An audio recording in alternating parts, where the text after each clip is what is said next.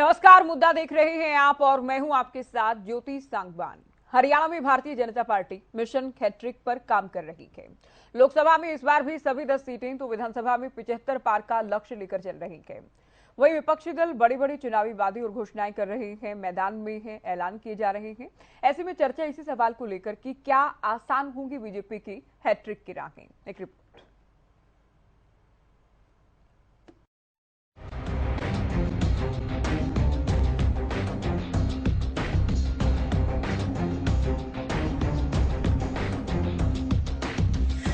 आगामी चुनाव के बिसात बिछ चुकी है। देश भर की निगाहें जहां 5 राज्यों के चुनाव पर हैं, तो वहीं हरियाणा में भी पार्टियां अब इलेक्शन मोड में आ चुकी हैं। बीजेपी हरियाणा में फिर से सभी 10 की 10 सीटें जीतने का दम भर रही है, तो विधानसभा में 75 पार सीटें हासिल करने का दावा किया है। हर गांव गली के अंदर इस बात की चर्चा होती है कि सरकार ने जबरदस्त काम किए हैं, लोगों के जीवन को सरल करने का काम किया है, देश की समस्याओं का समाधान किया है, देश का गौरव विश्व पटल के ऊपर ऊंचा करने का काम नरेंद्र मोदी जी ने किया है। आज देश के लोग और प्रदेश के लोग नरेंद्र मोदी जी और मनोहर लाल जी की नीतियों से प्रभावित हैं। 2024 के अंदर हरियाणा से 10 की 10 लोकसभा की सीटें हम कमल के फूल खिला करके नरेंद्र मोदी जी को तीसरी बार प्रधानमंत्री बनाएंगे। मनोहर लाल जी को हम डबल इंजन की सरकार बड़े मैंडेट से बना करके तीसरी बार हरियाणा प्रदेश का जिस प्रकार से बिना भेदभाव के हरियाणा एक हरियाणवी एक को लेकर के उस खाली वाक्य नहीं था, उसको धरातल को ऊपर उतारने का काम मनोहर लाल जी ने किया। उस प्रदेश के अंदर तो तीसरी बार 75 पार, तीसरी बार मनोहर सरकार।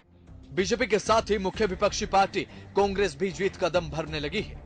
नेता विपक्ष भूपेंद्र हुड्डा ओपीएस बहाली से लेकर 6,000 रुपए बुढ़ापा पेंशन जैसे बड़े वादों और साथ ही 4 अलग अलग समुदाय से डिप्टी सीएम बनाने के दावे के साथ सत्ता परिवर्तन की जुगत में जुट चुके हैं। और एमएसपी किस बात पे कैसे नापी जाएगी, कैसे फैसला किया जाएगा, वो C2 प्लस 50% मुनाफा जो स्वामीनाथन ने कहा था, हमारी कमेटी ने दिया था। अब का सरकार आई तो कितनी करेंगे? 6,000 रुपए से शुरू करेंगे। इसका मतलब क्या है? इसका मतलब है आजकल जो है ना 200 के नोट चल रहे हैं ना, 200 का, रोज एक 200 का नोट किसान को मिले ताकि बुजुर्ग को मिले। प्रकाशित का क्रीमी लेयर जो है इन्होंने 8 लाख थी, 8 लाख से घटा के 6 लाख कर दिया। तो भाई हम ऐसा काम करेंगे, हमारी सरकार आई तो क्रीमी लेयर की लिमिट 6 लाख नहीं 10 लाख करेंगे। उधर करीब 20 सालों से सत्ता का सूखा झेल रही इनेलो भी इस बार एकमात्र विधायक के साथ चुनाव में चमत्कार का दावा कर रही है। तो वहीं दिल्ली और पंजाब के बाद अब आम आदमी पार्टी हरियाणा में भी अब चुनाव से काफी उम्मीदें रख रही है। ऐसे में अब सवाल ये उठता है कि सभी दलों की दावेदारियों के बीच क्या बीजेपी के मिशन 10 और 75 पार की राहें क्या आसान रहेंगी? News desk, Haryana news. आइए डिबेट की शुरुआत करते हैं कुछ खास मेहमानों के साथ। वंदना पोपली, प्रवक्ता बीजेपी, बजरंग दास गर्ग, प्रवक्ता कांग्रेस पार्टी, रजत पंजेटा, प्रवक्ता इनेलो, प्रियदर्शनी सिंह, प्रवक्ता आम आदमी पार्टी और साथ ही राजेंद्र जादून, वरिष्ठ पत्रकार हमारे साथ चर्चा में जुड़ गए हैं। स्वागत है आप सभी का। शुरुआत कांग्रेस से करते हैं। बजरंग दास जी, बीजेपी का दावा है कि इस बार भी सभी की 10 सीटें जीतेंगे और इस बार भी दावा है कि 75 पार का लक्ष्य हासिल किया जाएगा। हालांकि पिछली बार भी नारा दिया गया था 75 पार का।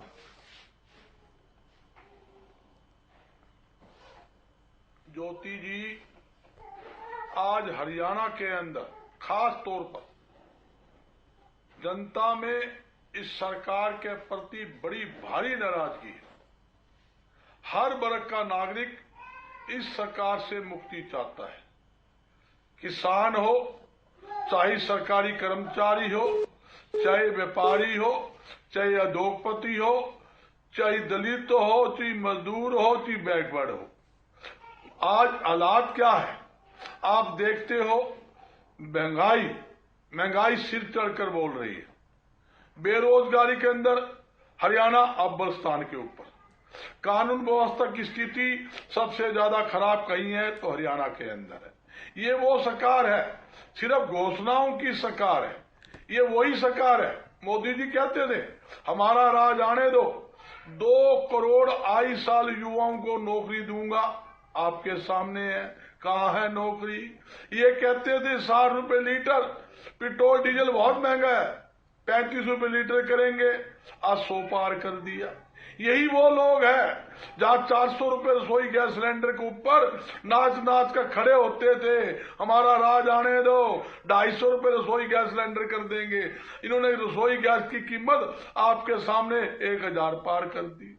ऐसी स्थिति हरियाणा के अंदर कोई ऐसा वर्ग बता दे इन्होंने उस वर्ग को छोड़ा हो। चाहे किसान था, किसान को दौड़ा दौड़ा के पीटा, चाहे सरकारी कर्मचारी थे, पीटीआई टीचर थे, छात्र थे, आंगनबाड़ी महिलाएं थी, इनके राज के अंदर 750 किसान ज्योति जी शहीद हो गए। और मोदी साहब कहते थे किसान की आय 2 गुना कर देंगे। आपके सामने 2 गुना आय तो नहीं की, खर्चा जरूर 2 गुना कर दिया। जब कांग्रेस का राज था, मैं आपको याद दिलाना चाहता हूं, 2005 से 2014 तक का मैं उसमें शामिल था। उस समय क्या था, हमारे राज के अंदर 100 गज के 3,82,000 परिवार को मुफ्त प्लाट दिए, 20 रुपए किलो दाल दी, 2 रुपए किलो गेहूं, 3 रुपए किलो चावल देने का काम किया, हर घर के अंदर पाइपलाइन बिछाई। जो हमने गरीबों के लिए योजना लागू की, इन्होंने सरकार बनती पहली कदम से वो योजनाएं खत्म कर दी। ये तो क्या है, पोडल खेलते हैं और कुछ नहीं है, सिर्फ पोडल या प्रॉपर्टी आईडी के नाम पर घोटाला करके जनता को लाइन में लगा दिया। यहां तक कि जिंदा जो लोग थे, जिंदा जो बुजुर्ग लोग थे, उनकी पेंशन काट दी लाखों आदमी की। जहां गरीब लोग थे उनके राशन कार्ड काट कर उनके गरीबों का मुंह का निवाला छीनने का काम किया है। किस मुंह से वोट मांगेंगे, किस मुंह से जनता इनको वोट देगी? जनता इनके खिलाफ पूरी तरह से खिलाफ हो चुकी है और इनसे मुक्ति चाहते हैं। मैं ज्योति जी, आपका चैनल बड़ा प्रसिद्ध चैनल है, कहना चाहता हूं चुनाव 2024 ही आज करा के देख लो, इनका चुगड़ा पूरी तरह से लोकसभा में 0/0 और विधानसभा में भारी बहुमत से कांग्रेस की सरकार बनेगी। आपके आशीर्वाद से, जनता के आशीर्वाद से भारी बहुमत से सरकार बनने जा रही है। जनता चाहती है कांग्रेस के साथ राज जो था 2005 का, 2014 याद करते हैं। इसलिए हम कांग्रेस जितने नेता है, कार्यकर्ता है, घर घर जनता के बीच जा रहे हैं, जनसंपर्क कर रहे हैं। हम छोटी सी मीटिंग करते हैं, वो जनसभा में बदल जाती है। छोटी जनसभा करते हैं, रैली महारैली हो जाती है। विपक्ष आपके समक्ष हमारे कार्यक्रम चल रहे हैं, 90 के 90 विधानसभा क्षेत्र के अंदर हम रैलियां कर रहे हैं। हमारा कार्यकर्ता, हमारा नेता घर घर जनता के बीच जा रहा है। ये स्थिति होती है। सरकार की खामियां भी आपने गिनाई, साथ ही आपका कहना है कि हम ग्राउंड पर एक्टिव हुए, हम जनता के बीच जा रहे हैं। पोपली जी, लगभग इसी विषय पर कल हम बात कर रहे थे, क्योंकि मिशन जो रखा गया कि 10 की 10 लोकसभा सीटें जीतनी है, 75 पार का विधानसभा को लेकर इस बार भी नायब सैनी नारा दे रहे हैं। तो पिछली बार तो आप लोग कामयाब नहीं हो पाए थे, इस बार ऐसा क्या अलग कर दिया कि 75 पार का लक्ष्य हासिल कर पाएंगे, टारगेट अचीव कर पाएंगे? लेकिन आपकी बात का जवाब मैं जरूर दूंगी। उस समय की परिस्थितियां कहीं पर कुछ अलग थी, कुछ एक कारण थे जिसकी वजह से हम जो हमने 75 पार की बात कही थी, वहाँ उस लक्ष्य तक नहीं पहुँच पाए। ये बात अलग है कि हम मेजोरिटी पार्टी बनकर आए और जनता ने हमें मैंडेट पूरा नहीं दिया, लेकिन मेजोरिटी पार्टी हम थे। आज की स्थिति में मैं ये मानती हूँ कि अगर मैं केंद्र सरकार की बात करूँ या प्रदेश सरकार की बात करूँ, दोनों ही स्थिति में कुछ एक चीज़ें ऐसी हैं जिसमें मुझे लगता है कि आज जो जनता है वो ये मानती है कि भारतीय जनता पार्टी को ही दोबारा से आना चाहिए। उसके पीछे कारण है, सबसे पहले जितने भी विपक्षी पार्टियां हम पर बार बार आरोप लगाते हैं कि इनके कार्यकर्ताओं की नहीं सुनी जाती, इनके कार्यकर्ताओं से मुख्यमंत्री नहीं मिल सकते, जब ये इस तरह के स्टेटमेंट देते हैं ना, तो कहीं ना कहीं अंदर ये हर्ष सा भी महसूस होता है कि देखिए हमारे मुख्यमंत्री के लिए जनता ज़्यादा इम्पोर्टेंट है। ऐसा नहीं है कि पहले वाली पार्टियों की तरह अपने ही घर में सारी नौकरियां दे दिया, अपने ही घर में सब कुछ ख्याल रख लिया, उन्हीं के लिए सब कुछ कर लिया, कार्यकर्ताओं को बुला बुलाकर नौकरी दे दी। ये सब जो है पहले वाली पार्टियों में होता था।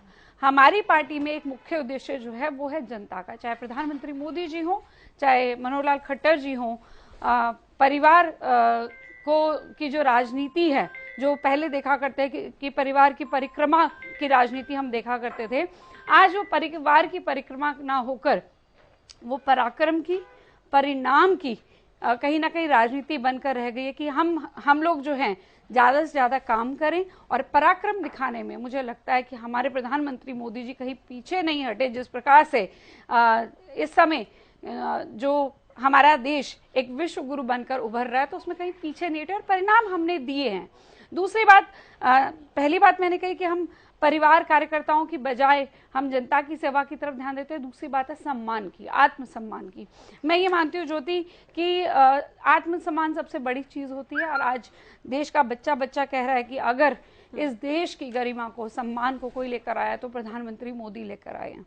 और हमने देश की अस्मिता को आगे ले जाने का काम किया है, राष्ट्र का गौरव हो, राष्ट्र का स्वाभिमान हो, हर एक को आगे बढ़ाने का हमने काम किया। और जिस प्रकार से हमने देखा कि जब यूक्रेन के साथ युद्ध था तो कैसे हमारे बच्चों के लिए युद्ध रुका, पाकिस्तान को हमने मुंह तोड़ जवाब दिया। तो इन सब चीज़ों को देखते हुए आज जनता के बीच में भी जाते हैं, जनता से भी सुनते हैं, तो ये क्लियरली दिखाई देता है कि 10 की 10 लोकसभा की सीट और 75 पार का जो नारा हमारे प्रदेश अध्यक्ष नायब सैनी जी दे रहे हैं वो बिल्कुल सही दे रहे हैं, क्योंकि देश की जनता और प्रदेश की जनता ये चाहती है कि स्वाभिमान भी हो, साथ के साथ हमारे काम भी हों। और ये जो पहले, मैं कल भी इस बात को कह रही थी कि पहले हम जिस प्रकार से बुलंदियों में नहीं पहुंचे थे, आज जिस बुलंदी में पहुंच गए हैं और आगे पहुंचने वाले हैं कि हम 5वीं सबसे बड़ी अर्थव्यवस्था हैं, बहुत जल्दी तीसरी की बात कर रहे हैं हम लोग, और 2047 तक विकसित देशों की बात में आने की बात कर रहे हैं। तो ये बताता है कि कहीं ना कहीं जो भारतीय जनता पार्टी है वो देश और प्रदेश की जनता के जो उम्मीदें थी उन पर खरा उतरी है। इसलिए हम पूरे विश्वास के साथ कहते हैं कि हम 10 की 10 सीटें और 75 पार का हमारा विधानसभा में। पंडिता जी, बीजेपी का दावा एक तरफ 10 और 75 पार का, क्या आप लोग भी कोई आंकड़ा, कोई नंबर लेकर चल रहे हैं कि कितनी सीटें आप लोग हासिल करें? देखिए ज्योति जी, तैयारी तो 10 की 10 की है और आशा भी यही करते हैं कि 10 में से 10 जीतने का काम करें। और अगर बिल्कुल ही श्योर बात करें तो 3 से 4 सीटों की तो हमारे पास बिल्कुल श्योरिटी है। और आगे देखते हैं बाकी 6 में भी किस तरीके से, अगर जिस तरीके का रिस्पांस हमारे को अगर मिलता है, अच्छा रिस्पांस इसका, तो हो सकता है हमारी सीटों में बढ़ोतरी भी हो। लेकिन 2014 में जो हमारा वोट शेयर था, हम कांग्रेस से भी आगे थे लगभग 3%। तो हमारा को हम चाहते हैं कि उसको, परफॉर्मेंस को हम उसको बेहतर करने का काम करें। सबसे पहला लक्ष्य तो यही होगा। और रही बात भाजपा की, तो भाजपा से तो आप सीधा सीधा ये पूछिए कि क्यों बनाएगी जनता आपकी सरकार, कैसे आप जीतेंगे, क्या आपने एमएसपी दुगनी कर दी, क्या आपने एमएसपी दी किसानों को? एमएसपी तो छोड़िए, लागत 4 से 5 गुना कर दी। एमएसपी एज पर C2+50 नहीं, क्योंकि जिस हिसाब से महंगाई है कई फसलों में, तो किसान को आपको C2+100 के हिसाब से देना पड़ेगा। अगर स्वामीनाथन जी कोई बहुत पहले कोई बात कह गए थे, इसका मतलब ये नहीं है कि परिस्थितियों के हिसाब से वही फॉर्मूला रहेगा। उसको सीधा सीधा महंगाई से जोड़िए, उसकी लागत से जोड़िए। उसके बाद GST हटाइए जो आपने किसानों के ऊपर लगाई है। आपने तो दूध, दही, आटे के ऊपर, बच्चों की किताबों के ऊपर, सब चीजों के ऊपर GST लगाने का काम किया है।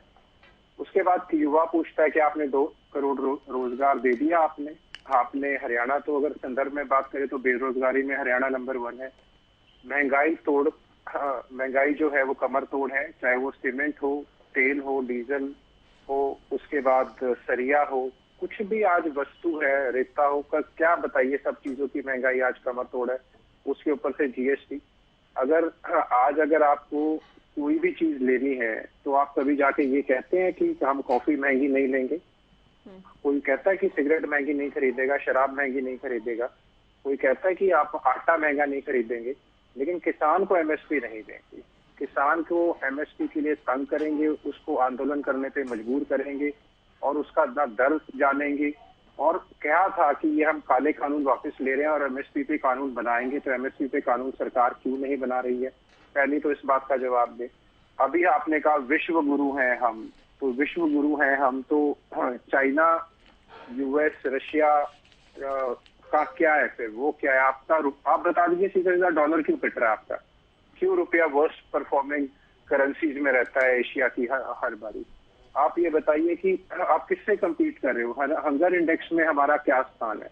आप बताइए कितनों को आप आटा अनाज दे रहे हैं, आप कितनी जनता है वो? आप ये बताइए कि जनधन खाते में आपने 15 लाख एक जो वो जुमला दिया था, आप ये बताइए कि जो उद्योगपति हैं वो क्यों भारत की जो नागरिकता है उसको छोड़कर विदेशों में क्यों जा रहे हैं? पिछले साल ही 2.25 लाख से ऊपर गए, हर साल इसमें जा रहे हैं। आप एक बात बताइए, निजी निवेश क्यों घटा हमारा? 31% के आसपास घटने का घटा हमारा। आप ये बताइए, हम विश्व गुरु है तो हमारे को पर कैपिटा के अगेंस्ट हमारा पर कैपिटा लोन जो है वो क्यों हमारा लगभग 18%? ठीक है पंजेटा जी, आपने बहुत सारे सवाल पूछे, मैं आगे बढ़ूं उससे पहले आपने 3 से 4 सीटों का जिक्र किया। ये 3 से 4 सीटें भी आप बता दें कि इनेलो किन सीटों पर मजबूत दावेदारी कर रहे हैं? देखिए, हमारी मजबूत दावेदारी सभी सीटों के ऊपर है। ऐसे कोई स्ट्रैटेजी कोई डिस्क्लोज नहीं करता है अपनी शुरू से ही।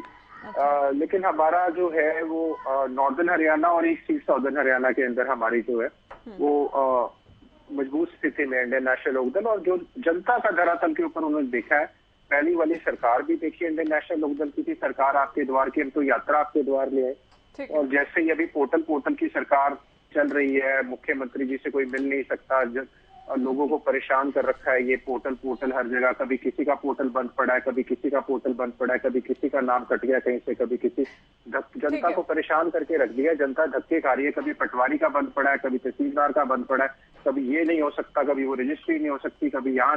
चलिए, तमाम ही आप कह रहे हैं कि ये मुद्दा है कि जनता परेशान है, ऑनलाइन सिस्टम का परेशान है, हर वर्ग परेशान है, यूपी की हर वर्ग की पिटाई करी है। लेकिन आप जब कहते हैं कि चौटाला सरकार का कामकाज या कार्यकाल याद के, तो आप लोगों को बाद में रिपीट करने का मौका तो नहीं दिया गया। करीब 20 साल हो जाएंगे, मैं बार बार कहती हूँ, कल भी हम इस बात का जिक्र कर रहे थे। अभी मैं आम आदमी पार्टी को भी चर्चा में जोड़ लूं। प्रियदर्शनी जी, बीजेपी जब दावा करती है कि 10 के 10 जीतेंगे, कोई एंटी इनकम्बेंसी नहीं है। दूसरा, 75 पार का दावा और नारा पिछली बार भी था, इस बार भी कहा जा रहा है कि 75 पार सीटें हम हासिल करेंगे, हैट्रिक लगाएंगे, कैसे देखते हैं जी? हास्यबद स्थिति है, और 75 पार क्या 75 झूठ बोल के ये बनाएंगे? सबसे बड़ा सवाल ये है, क्योंकि आप ये देखिए, मैंने अभी जब यहाँ पे बातें सुन रही थी हमारी बीजेपी की प्रवक्ता की, वंदना बहन की, क्यों, तो मेरे दिमाग में आया कि बीजेपी का एक फुल फॉर्म होना चाहिए, संधि विजेत किया जाए उसका। तो मैंने किया है बीजेपी, बेकार जुगाड़ पार्टी। इन्होंने सिर्फ यही काम किया है, बेकार का काम किया है, सिर्फ जुगाड़ करने की कोशिश की है, और पार्टी और संगठन के नाम पे तो ये अपने आप में एक बहुत बड़ा मजाक है ही। ये ऐसी बात मैं क्यों कह रही हूँ? आप ये सोचिए, अभी हाल फिलहाल में, ज्यादा लंबा नहीं जाएंगे, ना ही हमें सेंट्रल की राजनीति से कोई खासा मतलब होना चाहिए, क्योंकि हम हरियाणा की बात कर रहे हैं। तो सबसे बड़ी बात कि 11,000 फाइलें यहाँ पे आज भी पेंडिंग हैं, जिसका कोई भी संज्ञान नहीं ले रहा। उसमें से 500 से ज्यादा फाइलें जो हैं, जो कि खुद डायरेक्टली संज्ञान लेना चाहिए मुख्यमंत्री को, और जो कि सारी इंपॉर्टेंट फाइलें हैं, इसमें कोई चर्चा नहीं हो रही है, इस पे कोई बातचीत नहीं हो रही है। सरकार खत्म होने को आई है, इनका कार्यकाल खत्म होने को आया है। राजस्थान में जाके खट्टर साहब मैनिफेस्टो पढ़ के ये दावा करते हैं कि मैं आपको 27,000 पर कुंटल जो है वो आपको अनाज दूंगा। लेकिन क्या ये यहाँ पे नहीं दे सकते? 9 साल से आपकी सरकार है, आप क्यों नहीं दे रहे? और उसके बाद 450 रुपए आप ये सोचिए, ये वादा कर रहे हैं कि मैं सिलेंडर गैस दूंगा। राजस्थान में जाके, राजस्थान का मैनिफेस्टो पढ़ रहे हैं बीजेपी का। तो क्या ये 9 साल से जो हमारी सरकार थी, तो हमारी क्या जनता के प्रति इनकी जिम्मेदारी नहीं है? हरियाणा की जनता के प्रति इनकी जिम्मेदारी नहीं है? तो वहां पे जाके ये जो झूठ बोल के आते हैं, वो सिर्फ झूठ होता है, वो सिर्फ जुमला होता है। तो बेकार जुमला पार्टी भी बोल सकते हैं, बेकार जुमला पार्टी कुछ भी बोलती है दूसरे क्षेत्र में जाके, दूसरों के यहाँ जाके। अपने यहाँ क्या काम कर रही है, इस पे कोई चर्चा नहीं करती है। आप ये सोचिए, मुझे लगता है कि हरियाणा के इतिहास में ये पहली बार हुआ होगा कि कृषि मंत्री को किसानों ने ये बोल दिया है, जेपी दलाल जी को, कि भैया हम इनको आने नहीं देंगे, इनकी एंट्री बैन है, हमारे अगर कोई भी कार्यक्रम होगा ये कृषि मंत्री नहीं दिखना चाहिए, क्योंकि इस किस्म का अपमानजनक ये स्टेटमेंट देते हैं महिलाओं के बारे में, किसान के बारे में, जिसको सुनने में और बोलने में भी शर्म आ जाए। तो ये इनकी भाषा है, चरित्र है, चाल है, चरित्र है। अभी वंदना बहन बात कर रही थी कि यूक्रेन में हमने ये किया और उसके बाद पाकिस्तान में हमने किया। अरे मणिपुर पे तो आप कुछ बोले ही नहीं, 2 शब्द नहीं बोले प्रधानमंत्री पार्लियामेंट के अंदर।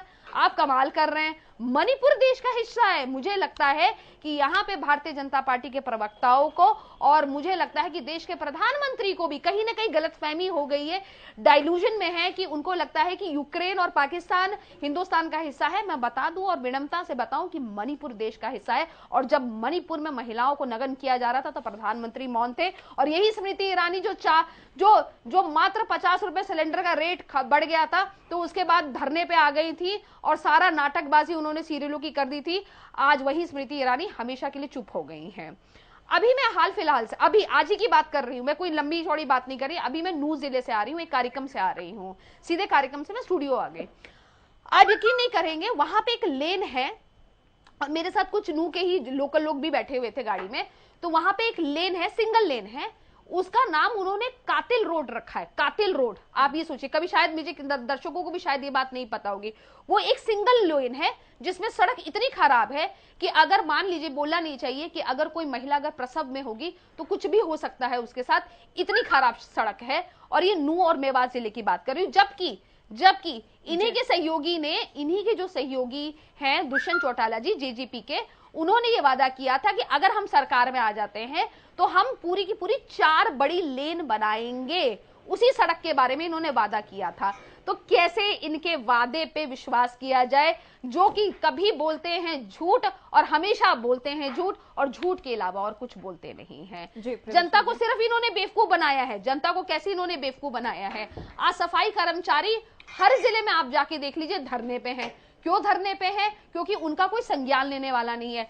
क्लर्कों भाइयों को जब पिछली बार जब विधानसभा का सत्र हुआ था तो क्लर्कों भाइयों को इन्होंने झूठ बोलकर बैठा दिया था कि भैया आप बैठ जाओ, हम आपका संज्ञान लेंगे और हम आपकी समस्याओं को सुलझाएंगे। आपको मैं बता दूं, वो सत्र भी चला गया, ये सत्र भी आ गया, कोई चर्चा नहीं हो रही है। अब क्लर्क भाई फिर से दोबारा बैठने वाले हैं धरने पे। तो ये तो इनका झूठ का पुलिंदा है। ये कैसे सॉल्व करेंगे जनता की समस्याएं, क्योंकि इनकी मंशा ही नहीं है। इनको सिर्फ और सिर्फ मुख्यमंत्री जी को झूठ बोलना। तमाम बातें कह दी हैं अनिल विज जी छोटा एक बस 20 सेकंड दीजिए। अनिल विज जी ये कैसे गृह मंत्री हैं हमारे, जो कि भरे असरे आम सिर्फ गाना गाते हैं, रमैया वस्ता भैया। उन्होंने अपनी भजन मंडली बना रखी है, और जब उनसे ये सवाल पूछा जाता है कि भैया नूह में दंगे हो गए तो आपको क्या कहना है, तो वो बोलते हैं जी मुझे तो पता ही नहीं, मुझे तो सीआईडी की रिपोर्ट मुख्यमंत्री ने दी ही नहीं है। ये समन्वय चलिए, आपने बात अपनी कह ली है।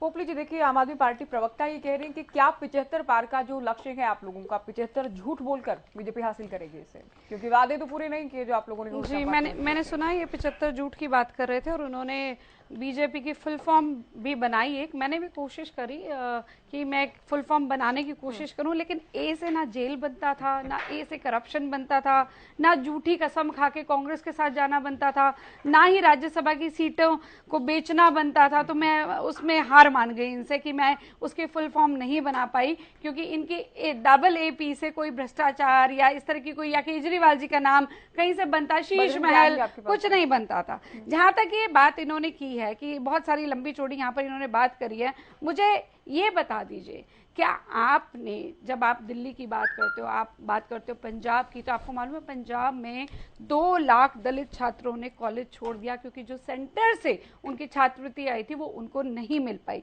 और सबसे बड़ी हैरानी की बात है, मैं इससे पहले अपनी बात आगे बढ़ाऊं, लेकिन एक ज्योति मुझे लगता है, क्योंकि हम यहाँ 3 महिलाएं यहाँ पर बैठे हैं, और जिस तरह से प्रियदर्शनी ने बात करी कि सड़क पे धक्के खाकर प्रसव हो जाता है, तो महिला होने के नाते कम से कम ये इतना इजी नहीं है।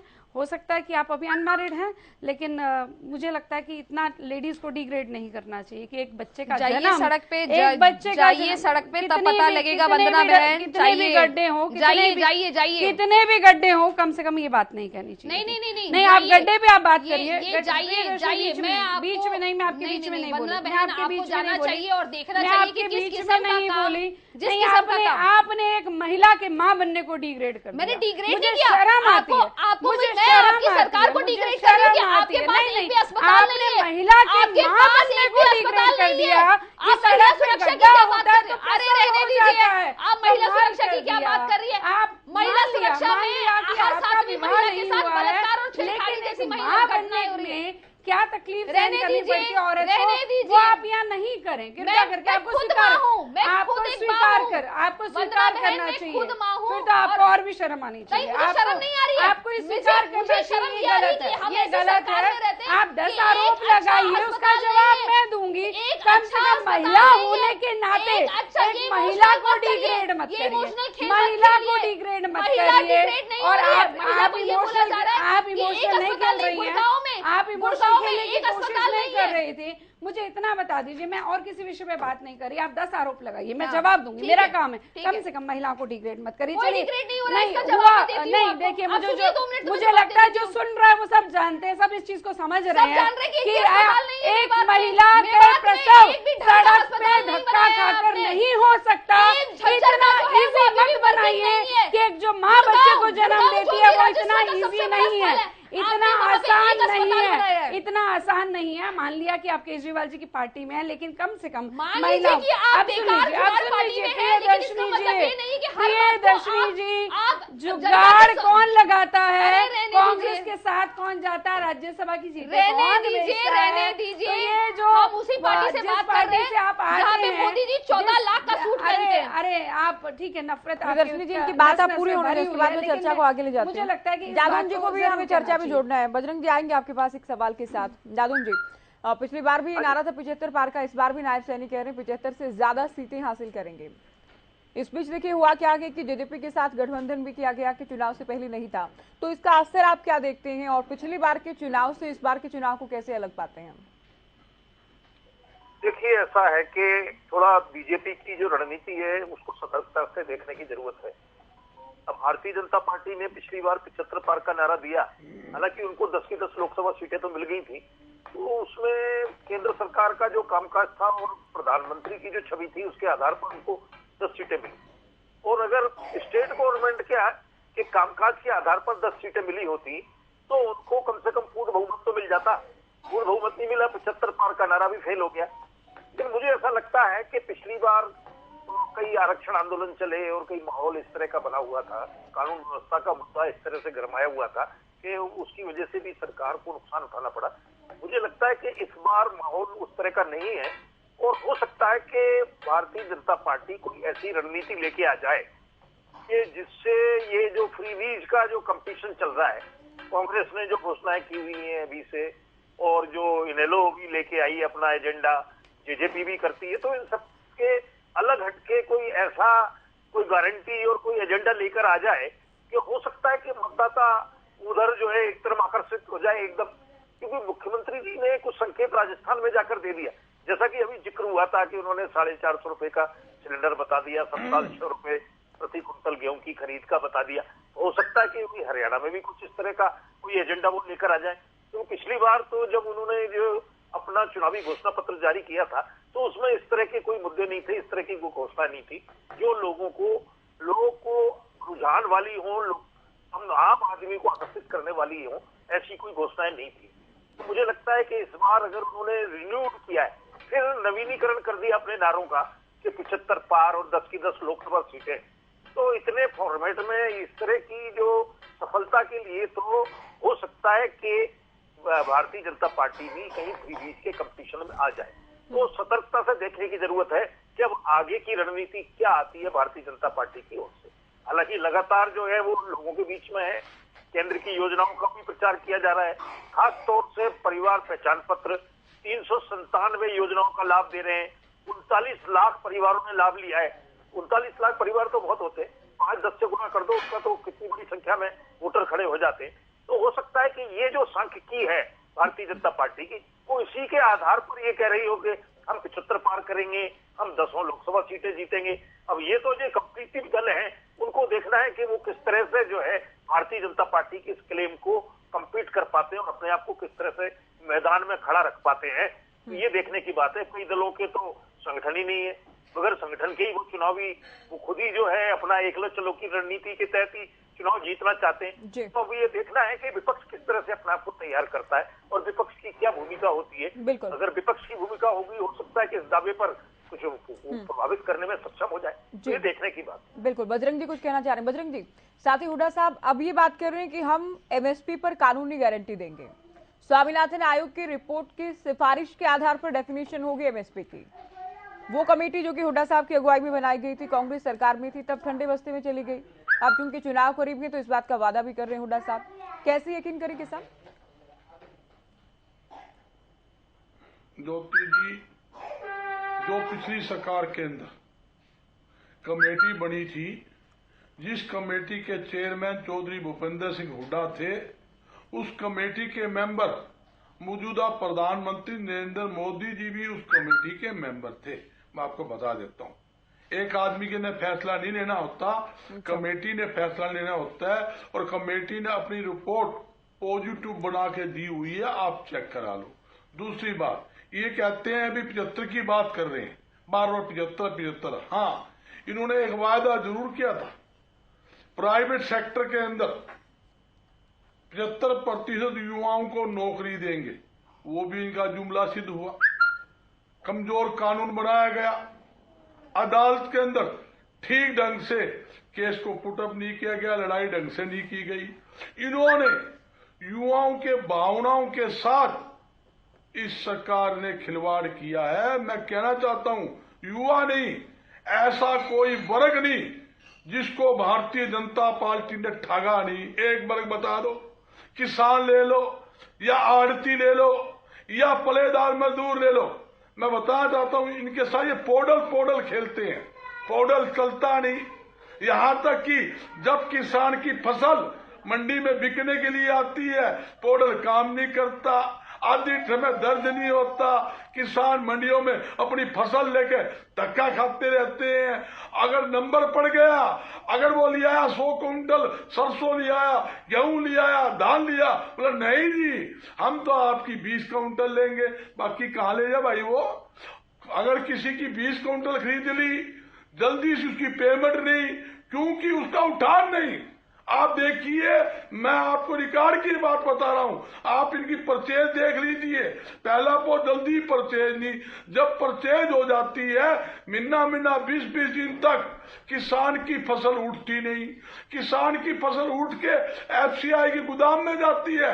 एफसीआई का अधिकारी क्या कहता है, भाई इसमें तो नमी है, हम लगाएंगे नहीं, उल्टी ले जाओ। किसान कहां जाए? जब तक उस किसान की फसल उठान होने के बाद एफसीआई गोदाम में नहीं लग जाती, तब तक उनको पेमेंट आती नहीं भाई, पोर्टल आती है। पहले ऑफलाइन किसान की फसल बिकती थी, तुरंत मंडी के अंदर बेचता था, मार्केटिंग बोर्ड के माध्यम से बिकती थी। किसान अपनी फसल बेचकर आड़ती से पैसे लेकर घर चला जाता था, मजदूर को पलीदारी मिलती थी। आज आड़तियों की इन्होंने आड़त काट ली, जहां 55 में कुछ पैसे 2.5% आड़त के हिसाब से धान की बनती है, 46 रुपए कर दी। भाई सदियों से 2.5% आड़त आ रही है, आप कम क्यों कर रहे हो? महंगाई तो आपके राज्य में 4 गुना, मगर आड़त आप कम करोगे, ये मेरा समझ से परे। ये कहते हैं मुख्यमंत्री जी सबसे मिलते हैं। मुख्यमंत्री जी ने जनसंवाद कार्यक्रम रखा हुआ है, हालात देखिए। सरसा जिले में जनसंवाद कार्यक्रम किया, एक माता खड़ी हुई, माता जी ने कहा मुख्यमंत्री जी नशे का व्यापार धड़ेले से हो रहा है, 25 साल का मेरा बेटा नशे के कारण मर गया, मेरा पति मर गया, नशे पर रोक लगाए। मुख्यमंत्री क्या कहते हैं, बैठ जा तो भुकाई आई। मैं बताता हूँ, इसी प्रकार एक सरपंच महिला, चलिए मैं चर्चा को अभी आगे ले जाते हैं। आपका मुख्यमंत्री जी बिठाते हैं, स्थान देते हैं, उसके साथ क्या किया, उस महिला ने अपना सम्मान का दुपट्टा पिछली बार मुख्यमंत्री जी के पैरों में घेर दिया। बजरंग दास जी कब से मैं कह रही हूँ, आप सुनिए अभी, बात सुनने के तैयार, आप सुनिए पंडिता जी, पिछली बार उम्मीदवारों का संकट था आप लोगों के सामने, सुनते नहीं, हर जगह लोकसभा में जमानत जब्त हुई। बजरंग जी आपको म्यूट करवाना होगा क्या? अपने मन की बात करते, मेरी आवाज शायद इनको नहीं मिल रही, म्यूट कराएंगे कुछ आप। पंडिता जी, पिछली बार उम्मीदवारों का संकट था, जमानत जब्त हुई आप लोगों की, इस बार भी बड़ी चौटाला साहब के, हालांकि चुनाव के लिहाज से उनको नहीं काउंट किया जा सकता, अभय चौटाला के, लेकिन उसके बाद पहली रो में या दूसरी पंक्ति में कोई नेता दूर तक नजर नहीं आता। तो इस बार भी कहीं ना कहीं उम्मीदवारों के संकट से 2-4 होगी पार्टी चुनाव में। ज्योति जी, ये मैं आपको दावे के साथ कह सकता हूं कि प्रत्येक कॉन्स्टिट्यूएंसी के अंदर 4 से 5 मुख्य चेहरे एक सारथी होंगे हमारी पार्टी के अंदर, और कोई भी किसी का इतिहास के अंदर कैसा भी परिणाम रहा हो, वो आगे वैसा कोई बता दीजिए, किसी कोई विधानसभा सेम रही हो, सब परिवर्तन होता है। और वो भी अगर आखिरी समय के ऊपर भीतरघात ना होता और पार्टी के दो फाड़ ना होते और तभी उसी वजह से वोट ट्रांसफर हुआ इधर उधर। अगर इन्होंने ये सब कुछ ना किया होता तो ये बड़े बन गए ना, कुछ बुजुर्गों की भी शर्म नहीं करी अपने आप को, कुछ महत्वाकांक्षाएं बहुत ज्यादा हो गई। इन्होंने जो इनेलो पार्टी के साथ इतना युवा जुड़ा हुआ था, उनसे ज्यादा महत्वाकांक्षाओं को, उन्होंने पर्सनल महत्वाकांक्षाओं को ज्यादा तवज्जो देते हुए परिवार का ही नहीं जो हुआ वो किसी और का क्या होगा। वो भाजपा के अगेंस्ट वोट मांगी सारी की सारी इन्होंने, और सारी की सारी अगेंस्ट वोट मांग के वही इनका वोट बैंक है। और फिर भाजपा के साथ ही कसम खाने के बाद उन्हीं के साथ अलायंस कर लिया। आप बताओ, इनमें से हिम्मत है किसी में इस्तीफा देने की रही हो तो? पूरे देश में नहीं कोई कर पाया किसानों के लिए चौधरी अतुल सिंह चौटाला जी ने इस्तीफा दिया। कई बात सिद्धांतों की होती है। चौधरी देवीलाल जी ने भी ऐसे इस्तीफा दिया था इसराइल के लिए 1985 में महम से न्याय युद्ध के लिए। ये बोलने की बातें और करने में बहुत फर्क होता है ज्योति जी। और जो करके दिखाता है उसी के साथ जनता जुड़ती है। और सारी की सारी जो भी चुनावी वादे करती है पार्टी, उसमें सारी बात होती है विश्वास की। अब भाजपा कह के आई थी हम 3000 पेंशन देंगे आपसे ही सरकार में, सरकार जाने आखिरी साल रह गया, आज तक बता दो अगर 3000 पेंशन हुई हो तो। अभी भी कहते हैं अगले साल अनाउंस तो पहले दिन कर देते हैं, हम अनाउंस कर देंगे पहले दिन और आखिरी साल को दे देंगे हम। एक होता है अगर आप कोई चुनावी वादा कर रहे हो और सत्ता में आए हो तो 1-2 महीने में लागू कीजिए। अगर आपको वादे होते हैं, जरूरी नहीं कि सारे वादे आते ही पूरे हो जाए। अगर राम मंदिर की बात कर लीजिए या धारा 370 की बात कर लीजिए तो वो मोदी जी के टर्म 1 में नहीं पूरी हुई थी, लेकिन टर्म 2 में हमने उसको पूरा किया। जो हम कहते हैं वो करते हैं, लेकिन आपको कि समय बाउंडेशन भी ऐसा होना चाहिए, इस समय होना चाहिए, इस समय नहीं होना चाहिए, तो वो तो आपके हिसाब से नहीं चलेंगे ना। मुझे लगता है पंजेटा जी, कहीं ना कहीं आपको अपनी स्थिति भी देखना चाहिए कि इतना कुछ करने के बावजूद भी आप बोलते बहुत अच्छा है, बार बार कई आंकड़े भी जुटा लाते हैं। अभय चौटाला जी भी बहुत सारे आंकड़े जो है वो वहां पे विधानसभा में खड़े होकर बोलते हैं, लेकिन रिजल्ट तो पूरा नहीं कर पाए। 2 करोड़ युवाओं को नौकरी दे दी, 35 रुपए लीटर पेट्रोल डीजल दे दिया आपने। नहीं, आप रिपीट कर रहे हैं, वो भी दूसरे के समय में रिपीट कर रहे हैं। पंजेटा जी बोलिए। देखिए ज्योति जी, अच्छा लगा मेरे को वंदना जी ने कुछ बातें कहा भी, तारीफ भी करी, आंकड़े जुटा लाते हैं। लेकिन एक बात होती है, जनता अलग है। सॉरी, आप बोलिए। नहीं, मैं तो आपकी पूरा महिला सशक्तिकरण को पूरा वो सपोर्ट करता हूँ। अगर आप 10 मिनट भी बोलेंगी तो मैं संयम से बिल्कुल आपकी बात को सुनूंगा। वंदना जी कोई भी यहाँ पे महिला बोलेगी मैं तो उनको चुप हो जाऊंगा। मैं तो आपको बहुत मान सम्मान करता हूँ आपका। लेकिन भाजपा ने महिला सरपंचों के सरों पे नट मार के और जो किसान आंदोलन के समय हिसार में हमारी एक माता थी जिनकी दृश्य आए थे, उनको आपने पीटा। आंगनवाड़ी वर्करों के ऊपर आपने लाठीचार्ज किया। महिलाओं के ऊपर, बहुत सी किसान महिलाएं जिनके ऊपर आपने लाठीचार्ज किया, कईयों के पैरों में फ्रैक्चर था, कईयों के माथे से खून आ रहा था। आप बड़ी अच्छी बात करते हैं जब भी आप बात करते हैं इंडियन नेशनल लोकदल के बारे में। आप भूल गए इसी इंडियन नेशनल लोकदल के सहारे अभी तक आप पार्टी में थे। 2014 के हरियाणा की सत्ता में रहे आप सपोर्ट के तौर पे, और वो जो पिछली सरकार में थी उसमें भी हमने आपको सपोर्ट की थी बिना किसी शर्त के। तो इंडियन नेशनल लोकदल कब अपना इतिहास को दोबारा रिपीट कर दे और बेहतर करके रिपीट करेगी, ये मैं आज आपको गारंटी देता हूँ। बात आ रही थी विश्वास की। जनता विश्वास करती है अभय सिंह जी की बात के ऊपर। जनता विश्वास करती है जो कहेंगे वो करेंगे। परिस्थितियां आती रहती है, ऊपर ऊंच नीच चलती रहती है। नहीं, अगर देखिए विश्वास करती ठीक है, आप लोगों को लगता है, लेकिन विधायकी से इस्तीफा देने के बाद भी मार्जिन कम हो जाता है। ताऊ देवीलाल ने तो 85 में दिया, तो 87 में इतिहास भी तो रचा लोकसभा से लेकर विधानसभा में। जब आप उनसे तुलना करते हैं तो जब अभय इस्तीफा देते हैं तो मार्जिन क्यों घट जाता है बाई इलेक्शन में? नहीं, आपको मुझे लगता है पूरी तरह से या तो जानकारी नहीं है, या हो सकता है कि आपने ये नहीं देखा कि हमारा वोट शेयर बढ़ा। आपने उसके बारे में कोई आपने टिप्पणी नहीं करी। अगर अभय सिंह चौटाला जी ने बात कर रही हूँ ना, मैं मार्जिन की बात कर रही हूँ। जीत के अंतर की आप बात करें। मैंने जो कहा वो जिम्मेदारी से कह रही हूँ, मार्जिन तो घटा ना। नहीं, तो इसमें ऐसा तो कुछ है नहीं कि मुझे जानकारी नहीं है, आप भी जानते हैं। नहीं ज्योति जी, उसी के ऊपर उसी का जवाब दे रहा हूं मैं। अगर आपको पता है कि कितनी भाजपा ने इलेक्शन नहीं लड़ा, 3 पार्टियां मिलकर लड़ रही थी, इधर से हुड्डा साहब सपोर्ट कर रहे थे, तो आपने वो चीज नहीं देखी।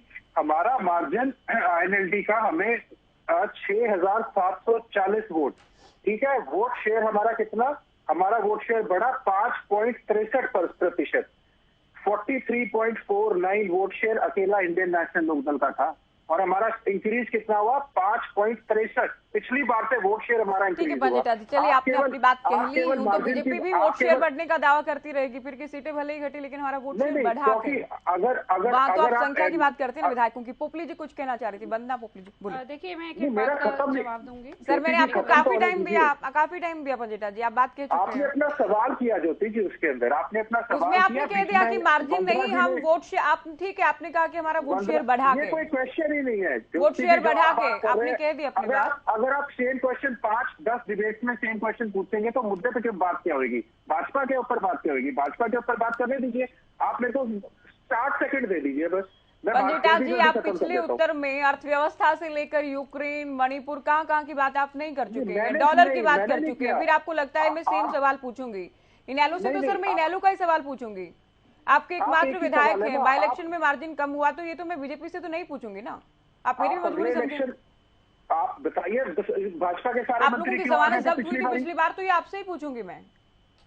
नहीं, और जब तक आप लोगों का प्रदर्शन उससे अच्छा नहीं होगा, बार बार ये पूछा जाएगा, मीडिया पूछेगा सर, बुरा मत माने आप इस बात को। वंदना पोपली जी बोलिए। सर मुझे माफ कीजिए, देखिए सबसे पहले तो कांग्रेस के जो प्रवक्ता हैं वो बार बार उन्होंने कम से कम इतना लंबा चौड़ा भाषण दिया। ये तो किसानों को सवाल है नहीं, आपने मेरे से सबसे पहले यही प्रश्न पूछा था, शायद इनको याद नहीं है तो बात अलग है। सबसे पहले आपने 75 पार की ही बात पूछी थी मेरे से, और आपने पिछले प्रदर्शन की बात भी की थी, लेकिन मैंने कहा ना रजत पंडिता जी को आंकड़े जुटाकर लाने की आदत है, वो सच है या नहीं है वो बात की बात है। चलिए let us talk about Congress के जो हमारे प्रवक्ता हैं। सवाल तो है इनका, इनको ये लगता है मैं नहीं पूछती। अनिल विजय बनवारी लाल के अलावा आपके बड़े नेता या मंत्री नहीं जीत पाए, तो ये तो मंत्रियों के कामकाज या सरकार के कामकाज पर तो मोहर नहीं थी। जादू जी केंद्र सरकार के कामकाज पर मोहर थी लोकसभा में। नहीं ऐसा नहीं है, लेकिन आपने सबसे पहले इस बारे में मेरे से प्रश्न पूछ लिया है, लेकिन रजत पंडिता जी को पता नहीं क्यों लगता है कि ये प्रश्न नहीं पूछा गया। लेकिन जो कांग्रेस के प्रवक्ता बार बार किसानों की बात कर रहे थे कि किसानों का ये नहीं हुआ वो नहीं हुआ। अरे जीजा जी को किसान की सारी जमीन देने वाले तब तो आप नहीं बोलते, वो आपकी अपनी सरकार थी उस समय हरियाणा में। और दूसरी बात कि आप बताइए, आपका पड़ोसी राज्य था राजस्थान, और उसमें 1200 रुपए में बाजरा पिटा करता था, और वहां पे कोरोना के समय में 2150 से लेकर आज 2500 में जो पूरा का पूरा पैसा है किसान के अकाउंट में जाता था। तब तो आप उसके बीच में नहीं, तब तो आप उसके बारे में नहीं बोलेंगे ना, क्योंकि वो आपको सूट नहीं करता। जो चीजें आपको सूट करती है, जो झूठ बोलना होता है, वो काम आप करते हैं। 14 फसलों पर MSP हम लोग देते हैं। आपके कौन सा ऐसा राज्य है जहाँ पर आपने MSP दिया 14 फसलों पर, उसका भी जवाब दीजिएगा। और आपने ये कहा, बार बार ये कहा जा रहा है कि इसको पीट दिया उसको पीट दिया। हमारे लोकतंत्र में पीसफुल ढंग से डेमोन्स्ट्रेशन करना अलाउड है। कानून कहीं पर टूटेगा तो पुलिस का काम होता है, लेकिन आपकी तरह गोलियां नहीं चलाई, ना NLD की तरह ना कांग्रेस की तरह आपकी तरह गोलियां नहीं चलाई। वजनदार बच्चे वो गेस्ट टीचर याद करेंगे जिसको आप झूठा बहाना बना के आप लेकर आए थे कि हम टीचर बना रहे हैं, लेकिन किस प्रकार से वो महिला जो है वो मर गई थी आपके लाठी चार्ज की वजह से। उसको कृपया करके याद रखिएगा। और दूसरी बात, अभी आपने यहाँ पर 75% जॉब रिजर्वेशन की बात कही थी, मुझे इतना बता दीजिए, पहले तो आप बोलते थे कि ये तो आप खराब है, ऐसा नहीं होता। हालांकि ये बात अलग है कि पंजाब में कुछ जॉब जो है वो जो लोग अलग अलग इसको दिया हुआ है, जिसमें जो पंजाबी बोलते हैं उन्हीं को जॉब दी जाती है। तो एक चीज को अगर हाई कोर्ट ने प्रेजेंट करेंगे, लेकिन आपको मौका मिलना चाहिए। यहाँ पर एक बात और कहना चाहूंगी, आम आदमी की पार्टी की प्रवक्ता हैं, वो बार बार कह रही थी कि वो एंट्री नहीं दी या दरवाजे बंद कर दिए। तो मुझे याद है केजरीवाल जी को तो सरेआम तमाचा पड़ा क्यों बंद कर दिया था। आपने? अगर आप इस चीज को मेजरमेंट करते मनरेगा हैं का तो बजट वो क्यों भी घटाया देखना आपने? चाहिए। एक समय का अगर जनता का अगर कहीं पे आक्रोश हो सकता है तो दूसरे समय प्यार भी होता है, ये तो हम मानते हैं इस चीज को। लेकिन जिस प्रकार से हुड्डा साहब के लिए दरवाजे बंद किए गए, केजरीवाल जी को तमाचा पड़ा, वो तो हम सभी ने देखा है। और सबसे बड़ी बात, पोर्टल पे बड़े क्वेश्चन उठाए जा रहे हैं, लेकिन हुड्डा जी एक बार तो कहते हैं कि हम आते ही पोर्टल बंद कर देंगे, फिर कहते हैं कि हम पोर्टल किसी कीमत पर बंद नहीं करेंगे। ये सबसे बड़ी स्वीकार्यता है कि हमारे जो पोर्टल है, जब पहले आपके छोटे मोटे जो कार्यकर्ता उनके पास धक्के खाने पड़ते थे अपने काम कराने के लिए, अगर अपनी पेंशन बनानी है तो पार्षद के पास जाओ, उसके आगे हाथ पैर जोड़ो, पार्षद कितने किसकी पेंशन दे रहा है किसकी नहीं दे रहा, उसमें कांग्रेस का कार्यकर्ता बैठा हुआ तो क्या कर रहा है वो देखने की आवश्यकता होती थी। लेकिन आज ये समझ आता है डायरेक्ट बेनिफिट ट्रांसफर हो रहा है, जो एक एक व्यक्ति के खाते में जा रहा है। ऐसा नहीं कि 1 रुपया चला और 15 पैसे पहुंच रहे हैं, 1 रुपया चल रहा है तो 1 रुपया ही पहुंच रहा है। और ये जो सरकार है ये हमारे मोबाइल में है, खोलो पोर्टल खोलो, जो काम करना है कर लो, किसी के धक्के खाने की जरूरत नहीं है। ये काम मेरी सरकार ने किया है। रजत पंजेटा जी बड़ा शोर मचा रहे हैं, मैं फिर से कहती हूँ अभय चौटाला जी भी बड़ा शोर मचाते हैं, आप भी शोर मचाते हो, लेकिन वो कैसे भूल जाते हो कि आपके समय में किस प्रकार सरकार चली थी। उद्योगपतियों के जाने की बात करो, छोड़ दो ना, याद करो कि हरियाणा में उद्योगपति क्यों भागे थे, क्या करा था आपने से, क्या होती थी दाढ़ घिसाई, क्या होती थी बाकी सब चीजें। मुझे बताने की आवश्यकता नहीं है कि वो कैसा रूल था जिसकी वजह से आज आपकी स्थिति है कि आप लगातार बाहर है। मुझे लगता है उसका भी कहीं ना कहीं आत्मचिंतन करना। चलिए मैं चर्चा को आगे बढ़ाती हूँ अभी। संगीता जी सुनिए अभी आप भी जी। प्रियदर्शनी जी, आपकी पार्टी को लेकर, हालांकि आप लोग इंडिया गठबंधन का हिस्सा हैं, लेकिन दूसरी पार्टियां भी कहती फ्री की रेवड़ियां कम से कम हरियाणा के वोटर को नहीं चाहिए। जो फ्री की रेवड़ियां बांटते हैं, यहाँ का वोटर अलग है। सबसे पहली जहाँ बात पंजाब और दिल्ली का आप हवाला देते हैं, हरियाणा का थोड़ा डिफरेंट। सबसे पहली बात कि हम ही को चोर बोलते हैं और हम ही की बात चुराते हैं। एक ही बहुत बड़े शायर ने ये बात बोला था कि हम ही को चोर बोलते हो और हम ही का गुण चुराते हो, हमारा जो कला है वो चुरा रहे हो। तो मतलब ये हम ही से सारी चीजें सीख रहे हैं, लेकिन गुरु गुरु गुरु होता है, चेला कभी भी चिन्नी नहीं बनता। ये सब कहावती बातें हैं। एक मिनट विश्वास जी भी यही कहते हैं, वंदना बहन और किस प्रकार से केजरीवाल जी नहीं अभी इन्होंने केजरीवाल जी में बात की, उन्होंने तो जैसे गुरु निपटाए हैं योगेंद्र यादव, कुमार विश्वास, हम सबको मालूम है कि और ये पार्टी जो दिल्ली में है ये कौन चोर है ये हम सबको पता है। नहीं बताने की जरूरत ही नहीं है। मैं तो बार बार कहती हूँ कि दिल्ली में अगर कुछ ठीक हुआ है तो वो केजरीवाल की खांसी ठीक हुई है, उसके अलावा कुछ ठीक नहीं हुआ है। सोचो इनके कितने पैसे बचा रहे हैं। कोई बात नहीं, एक इनोवा में आते हैं, लेकिन उसी इनोवा में पैक करके भेजेंगे तुम्हारे को वापस। उसी इनोवा में पैक करके वापस भेजेंगे। आप देख लीजिए, सफाई कर देंगे हम। कभी राज्य सरकार ने बेच खाई, लेकिन हरियाणा हरियाणा की हम बात कर रहे हैं। गारंटी रहते हैं प्रियदर्शनी जी, हरियाणा में तो आप हरियाणा में तो आप लोगों के पास सुनिए जी, आप भी सुनिए, बंदा पोखरी जी, बंदा पोखरी जी, आप सुनिए, आप प्रियदर्शनी जी कह लीजिए। अरे प्रियदर्शनी जी आप सुनिए, आप रुके भी, जनता को मालूम है यही वो पार्टी है जो स्वाभिमान लेकर आएगी, आपकी तरह नहीं जो झूठ बोलती है। अरे यमुना साफ हो गई, यमुना साफ हो गई, और छोड़ो एसवाइएल पे बता दो, एसवाइएल का पानी आएगा, एसवाइएल का पानी आएगा, दे दिया पानी आपने। हरियाणा की प्रवक्ता हो ना, हरियाणा की प्रवक्ता हो ना, आप ये बता दो एसवाइएल में प्रधानमंत्री सुनेंगे तभी ये जवाब देंगे, नहीं तो इनके पास कोई जवाब नहीं है, इनके पास कोई जवाब नहीं है। मुझे इतना बता दीजिए, हरियाणा की जनता के लिए आप क्या सोचते हो? हरियाणा आप पानी पीजिए, ये पानी आप एसवाइएल का पानी मत दो, मैं तुम्हें पानी देती हूँ, लो पानी पियो आराम से। एसवाइएल का पानी तुम मत दो, हम पिलाएंगे, और दिल्ली में भी पिलाएंगे, पंजाब में भी पिलाएंगे, हरियाणा में भी पिलाएंगे, और इनोवा में पैक करके वापस भेजेंगे। चलिए मैं चर्चा को, प्रियदर्शनी जी हरियाणा की हम बात कर रहे हैं ना, प्रियदर्शनी जी आप सुनिए, यहाँ तो आप लोगों के पास पैदल आने को लेकर या साइकिल पर आने को लेकर भी विधायक नहीं है। अब क्या दिल्ली की बात करें, आप हरियाणा के प्रवक्ता है ना, सिंगल एमएलए आपके पास नहीं है। ज्योति अब कहाँ दिल्ली की बात करें, गोवा में आते नहीं आते, तब भी इनकी नाक में दम कर रखा है। अरे गलत इतनी गलत को बार हमारे नेताओं के नाम लेते हैं आपको, लेकिन अभी पूरी परेशान हो गए, ये परेशान। कभी कहते भी मुद्दा हमारे जो एलजी है उनकी नाक में हमने दम कर दिया, कभी कहते हमने मोदी जी की नाक में दम कर दिया, आज ये कह करे कि हरियाणा के लोगों के हमने नाक में दम कर दिया। अरे जनता वाले सुन लो, ये तुम्हारी नाक में दम करने के लिए आएंगे, तुम्हारी नाक में दम करने के लिए आएंगे। पंजाब के लोगों के नाक में दम कर दिया, दिल्ली के लोगों के नाक में दम कर दिया। अरे हरियाणा है, वो नहीं आते तुम्हारी बातों में, हरियाणा वाले तुम्हारी बातों में नहीं आते। कैसा लगता होगा आपको? बहुत बढ़िया परिस्थिति है, मोदी जी मेरे लीडर हैं, गर्व की बात है। वो गर्व एक एक व्यक्ति को है। और ज्योति मैं एक बात बता दूं, ये कितना शोर मचा ले, अंदर से ये भी वोट बीजेपी को देकर आते हैं, मालूम है, राष्ट्र के गौरव को। मैं डिबेट को वाइंड अप की ओर ले जाती हूँ, जादू जी चर्चा का आखिरी कमेंट आपका। अरे बजरंग जी आखिरी कमेंट के लिए आते हैं। पनौती प्रधानमंत्री से तो भगवान चुनाव काफी नजदीक आ गए हैं और 5 राज्यों के जो चुनाव हुए हैं उन्होंने तो एक पूरी रिहर्सल ही करवा दी कि हरियाणा में चुनाव किस तरह से होगा, क्योंकि जिस तरह का कंपटीशन दूसरे राज्यों में देखने को मिला है, मुझे लगता है कि वो उस तरह का कंपटीशन जो है हरियाणा में भी आ सकता है। भारतीय जनता पार्टी का नेतृत्व तो अब बहुत चौकन्ना हो गया है, उन्होंने हरियाणा पर फोकस कर लिया 5 राज्यों के चुनावों से निपटने के बाद। और पता चला है कि मुख्यमंत्री जी की बातचीत भी हुई है, राष्ट्रीय नेतृत्व नड्डा जी और उनके जो है संगठन महामंत्री हैं जो PL संतोष।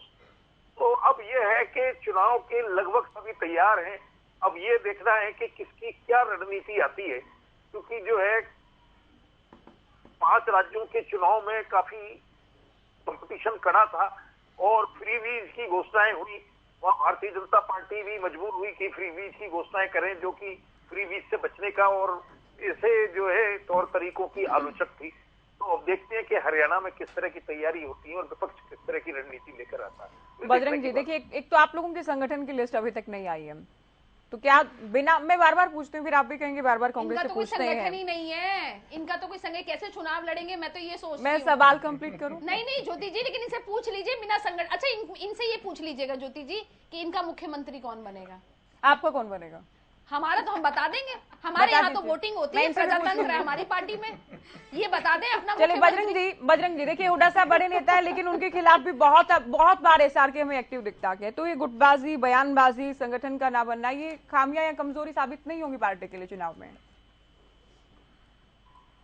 ज्योति जी किसी प्रकार की गुटबंदी नहीं है, और मैं दावे के साथ कहता हूं हरियाणा के अंदर हमारा प्रदेश का सारा संगठन कंप्लीट हो चुका है, PCC के डेलीगेट बन चुके हैं, प्रदेश के हमारे जितने भी पदाधिकारी वो बन चुके हैं, जिला के प्रभारी बन चुके हैं, यहाँ तक कि ब्लॉक के प्रभारी बन चुके हैं, महिला संगठन कंप्लीट हो चुका है, युवा का संगठन कंप्लीट हो चुका है, जितने हमारे प्रदेश के सेल थे कंप्लीट उनके पदाधिकारी जिलो मैं सिर्फ नहीं हो चुका, अलाउंस काम कर रहे हैं, अलाउंस हो चुका है, फील्ड के अंदर काम कर रहे हैं, सिर्फ जिला और ब्लॉक प्रधान की लिस्ट आ रही है।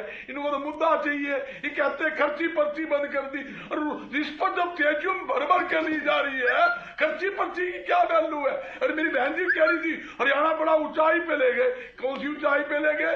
महंगाई वो अव्वल स्थान के ऊपर ऊंचाई पे ले गए आप, बेरोजगारी ऊंचाई पे ले गए आप, यहाँ तक कि भ्रष्टाचार खुले तौर पे भ्रष्टाचार ऊंचाई पे ले गए इनके राज के अंदर। धान घोटाला, सरसों घोटाला, बात किसानों की करते हैं, बाजरा घोटाला, खनन घोटाला, रजिस्ट्री घोटाला, शराब घोटाला, पेपर लीक, 32 पेपर से ज्यादा पेपर इनके राज में लीक होते हैं, नौकरियां इनके राज में सर समय का मैं बात करते हैं ईमानदारी की। अब चुनाव के बहुत करीब नायब सैनिक को जिम्मेदारी दी गई है, तो क्या जातिगत OBC के लिहाज से हम बात करें, कार्ड खेलने की तैयारी में बीजेपी? देखिए जाति में तो हम लोग मानते ही नहीं है, और ये हमने बार बार प्रूव किया है। जिस प्रकार, एक सेकंड में आपके बीच में नहीं बोली थी, नहीं वंदना जी आप बोलिए। नहीं ये थोड़ा यू स्टार्टेड, जरा एक बार नहीं ये लास्ट कमेंट है, लेट मी फिनिश। नहीं देखिए हमने कई बार प्रूव किया है, कई बार कई सीट्स को कह दिया जाता है कि इस जाति की है, उस जाति की है, लेकिन हमने वहां पर भी किसी भी जाति के व्यक्ति को खड़ा करके सामने, हम ना जाति में धर्म में नहीं मानते हैं, हम ये मानते हैं कि व्यक्ति का विकास होना चाहिए। लेकिन एक सैनी जी को जो आपने बनाया है वो क्या जाति समीकरण को देखते हुए नहीं बनाए हैं? आप मत बताइए, आपने नहीं बनाया है। मतलब आपके यहाँ पर जो बने हैं, क्योंकि केजरीवाल जी की जो कास्ट है वही आपके सुशील गुप्ता जी की कास्ट है, इसलिए बनाए गए हैं। तो जरा सुन लीजिए, नहीं बीच में एक अभी इन्होंने एक स्टेटमेंट दी, उन्होंने कहा कि प्रधान ऐसे प्रधानमंत्री से तो भगवान बचाए। मैं ये मानती हूँ कि जो अगर कोई पनौती मानता है प्रधानमंत्री को तो वो देश विरोधी ताकतें मानती है, पाकिस्तान मानता है, चाइना मानता है, और ये भी बचने की बात कह रही हैं तो हम समझ सकते हैं कि ये कौन सी कैटेगरी में आ रही है, अपने आप को मान रही है। पनौती किसके लिए है वो, उसमें मुझे गर्व है। देश विरोधी ताकतों के लिए विरोधी है, देश विरोधी ताकतों के लिए पनौती है, और इस बात का मुझे गर्व है। ऐसा नहीं चाहिए कि जो खालिस्तान के पैसों से जो इलेक्शन जीत जाए, खालिस्तान के पैसों से इलेक्शन जीत जाए, ऐसा नेता राहुल गांधी जिसकी मीटिंग के अंदर खालिस्तान के नारे उठे और वो हंसता रहता है, खालिस्तान की बातें कर रही है, और ये रिपोर्ट चल रही है आपके लिए है। मैं भी बनोती हूँ, मेरे सभी जो लोग हैं नेता बनोती है अपनी पार्टी के लिए, आपकी पार्टी के लिए बनोती है, और आप सुन लो, देश की जनता के लिए आप लोग पनौती हो। सबसे बड़ा पनौती केजरीवाल है। पंडिता जी ठीक है, अभी सुने आखिरी कमेंट अपना किया उत्थान आपने बस। देखिए ज्योति जी, ऐसा है कि भारतीय जनता पार्टी जो कह रही है कि वो सेंटर की कुछ योजनाएं हैं, जैसे प्रधानमंत्री आवास योजना, आयुष्मान भारत योजना, तो ये बताना क्यों भूल गए कि आप प्रधानमंत्री आवास योजना में घोटाला हुआ है? ये क्यों बताना भूल गए कि आयुष्मान भारत योजना के अंदर 10 लाख के आसपास को एक ही नंबर से जोड़ दिया, लाखों करोड़ का वहाँ घोटाला है। भारतमाला योजना प्रोजेक्ट में घोटाला, स्कॉलरशिप स्कीम में घोटाला है, प्रधानमंत्री फसल बीमा के अंदर कितने क्लेम पेंडिंग है अभी तक, कैसे ही नहीं आ रहे। जनधन, ये बोल रहे थे जनधन खाता खुलवा दिया, 15 लाख आएंगे। मैं आपको बता दूं 30,500 करोड़ 14 साल का सबसे ज्यादा ब्लैक मनी जो है स्विट्जरलैंड अकाउंट में चला गया। अब तो 15 की जगह ये जनधन अकाउंट के अंदर कम से कम 30-40 लाख देने का जुमला दो, तब जाके कुछ होगा। पार्टी संभालिए ना, मुझे लगता है कि इस तरह के आप झूठे आप लेकर आएंगे आंकड़े। मैं तो बार बार कह रही हूँ, कहाँ के आंकड़े आप लेकर आ जाते हैं, आपको ही नहीं पता होता। कितनी बार तो आपके आंकड़ों को फेल करा है। 10 साल के एंटी इनकम्बेंसी के बाद क्या हाल हुआ था कांग्रेस का, आपको पता है ना? उससे भी बुरा हाल आपका जी। अगर गलत काम होते हैं तो एंटी इनकम्बेंसी होती है, ये मानकर चलिए हमने बढ़िया काम किया, दोबारा से आ रहे हैं, इंतजार करिएगा। और आपको इसी चैनल पर दिखाई के लाऊंगी मैं। शुक्रिया आपका, बहुत शुक्रिया, शुक्रिया आप सभी का। तो वक्त आप लोगों ने दिया, जो दावा बीजेपी कर रही है मिशन 10 का या हैट्रिक लगाने का 75 पार का, उस दावे को लेकर चर्चा की। फिलहाल दीजिए इजाजत, नमस्कार।